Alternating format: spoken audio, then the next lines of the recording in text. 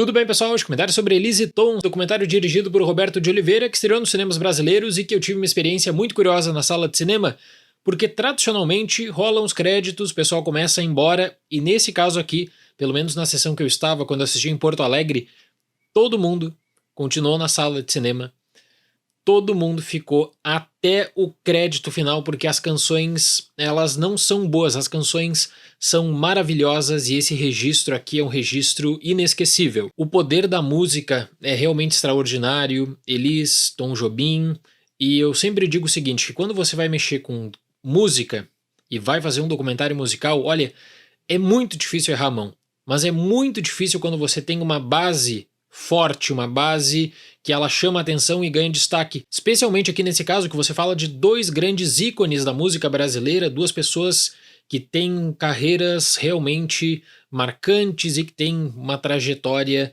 ímpar. Então você está falando de gênios, de um resgate histórico também que você busca paralelos quanto à relação de preservação de conteúdo e memória. Mas aí vem a questão, isso significa que qualquer registro de arquivo aproveitado e jogado como um documentário vai, consequentemente, render um bom documentário? Aí que está o problema. Eu tenho muitas discordâncias quanto à abordagem que ela é tomada aqui, especialmente para o retrato da Elis Regina. E não sou o maior especialista em Elis, Tom Jobim, agora eu gosto muito das músicas.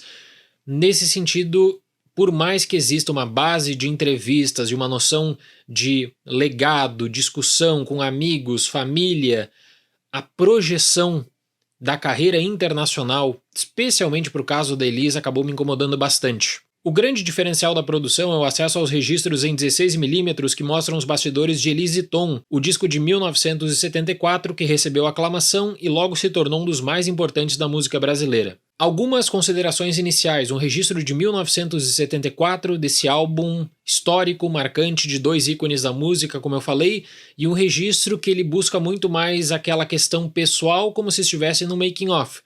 Atualmente, qualquer grande artista vai buscar fazer um conteúdo desse tipo para oferecer posteriormente como especial, clipe, conteúdo para fã. Naquele período, na década de 70, isso era extremamente raro. Então é um material que ele é preservado e que depois acaba sendo resgatado também para apreciação do público, o que gera um deleite no cinema. Existem passagens ali que me emocionaram bastante, os ensaios, essa aproximação de duas estrelas que tinham um pensamento sobre vida, música bem diferentes também. Organização estrutural.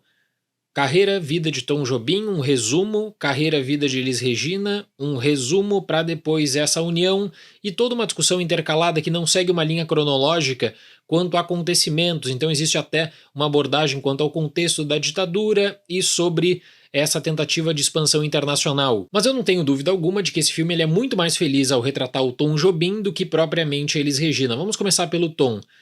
Carreira, a importância na bossa nova, me atingiu num ponto fraco, porque eu sou apaixonado pelo álbum de 1967, Francis Albert Sinatra e Antônio Carlos Jobim. Mas eu amo esse álbum, não no sentido pós-moderno de jogar o conceito de qualquer maneira só pra ficar bonito. Eu realmente amo esse álbum e ver aquele vídeo tão popular do Tom Jobim e do Frank Sinatra no cinema já foi uma experiência legal para trazer a projeção depois dessa aproximação dele com a Elis Regina. Então, pro caso do Tom Jobim, eu penso que o contexto ele acaba sendo bem definido. Agora, para Elis, olha, o problema ele é muito grande aqui. Eu penso que é de recorte, definição e análise de uma vida e uma carreira. Me incomoda muito, mas muito mesmo, isso você nota em programas de TV, documentários, essa tentativa de buscar a validação do artista no cenário internacional, do tipo, olha, o artista só é bom se é reconhecido nos Estados Unidos, por exemplo. Se aí nos Estados Unidos ele consegue uma projeção, consegue uma carreira. Nós estamos em 2023 e isso até hoje é pauta, como se você precisasse realmente dessa afirmação no cenário internacional e que você praticamente descarta o teu mercado base, o mercado doméstico brasileiro. Esse eixo argumentativo vira um ponto de debate em que você vai questionar a própria tomada de decisão da carreira da Elis Regina e essa necessidade que ela tinha de se firmar como uma grande estrela da música internacional. Esse ponto é mencionado 1, 2, 3 vezes, entra nesse eixo cíclico, é sempre a mesma coisa, é sempre a mesma definição, E eu gostaria, pelo menos, de receber muito mais sobre o impacto da Elis Regina como uma grande estrela e de grande importância na indústria musical do Brasil. Aí você vai ter uma questão do contexto quanto à ditadura, uma coisa que gera controvérsia ainda hoje para a família, para biógrafos. Mas realmente eu não achei isso bem organizado, até quando você precisa falar depois da morte dela e do legado. E aí parece que existe uma culpa dessa questão da carreira que fecha um pouco com a temática base do documentário. Existe um conflito de gênios, que ele é um conflito mencionado, mas que acaba não sendo propriamente expandido. Esse é um ponto. Ponto principal, que é emocionante, a questão de você ter acesso a essas gravações. Isso é fantástico, isso gera uma experiência no cinema única, porque o material de arquivo base ele é excelente, os ensaios, a interação deles, você vê duas pessoas, como eu falei, de trajetórias diferentes, de pensamentos diferentes que estão ali unidos na formatação de um disco icônico, e o privilégio que o diretor teve não só de pegar esse material na época, mas da aproximação com Tom e Elis. Então, se por um lado a condução das entrevistas ela é razoável, e aí você tem a questão, né, 12 homens entrevistados para uma mulher entrevistada, e eu acho que isso afeta a questão do próprio legado da Elis Regina, que é um ponto que pode ser abordado para interesse, mas se a formulação e desenvolvimento das entrevistas é apenas razoável, esse material de arquivo é fantástico, gera um debate que pode ser um debate paralelo sobre preservação de conteúdo, porque não é comum você ter esse tipo de registro voltando à tona depois de tanto tempo, e também, né, do compartilhamento desse conteúdo. Eu juro, eu pagaria um outro ingresso só para ver todo esse material bruto, porque é belíssimo, assim, é encantador. É um fluxo natural que gera um dos maiores, se não o maior disco da música brasileira, então isso é excepcional. Eu acho que eu consegui meio que trazer essa diferença, esse conflito que eu tive na sessão, de que como o documentário, por vezes ele não é bem organizado, o fluxo temporal ele é um tanto quanto estranho quando você busca por elementos posteriores, entrevistas de arquivo para afirmar alguns pontos da narrativa, especialmente nessa relação Tom e Elis, mas aquele registro em 16mm, naquele estúdio, naquela interação dos dois gênios é realmente deslumbrante, emocionante, e para quem é fã dos dois, com certeza vai se emocionar e vai ficar completamente envolvido do começo ao fim. Mas isso é material de arquivo.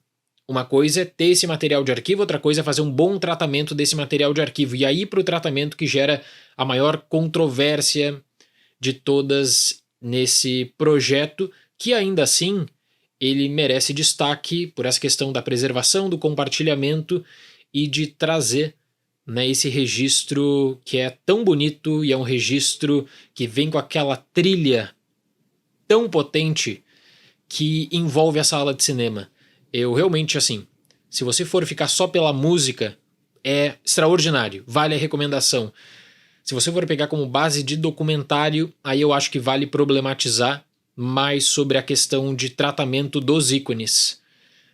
Tratamento da Elis Regina, especialmente nesse projeto, foi algo que eu confesso que não fiquei tão interessado, que eu discordo um pouco do recorte da abordagem aqui. Então, para Elis e Tom, nota 6. O que aconteceu depois que eu saí da sala de cinema? Peguei meu celular, peguei minha playlist, fui colocar de novo, primeiro, né, aquele álbum que eu mencionei aqui, Francis Albert Sinatra e Antônio Carlos Jobim, de 67, e depois já coloquei de novo na playlist esse álbum de 74, icônico, de Elis e Tom, fantástico. É um documentário que ele te estimula a pegar as canções, porque tem muitos ensaios, então você se sente estimulado a ouvir as canções novamente, o que é muito bacana mesmo. Certo, pessoal? Muito obrigado pela atenção, até mais e tchau!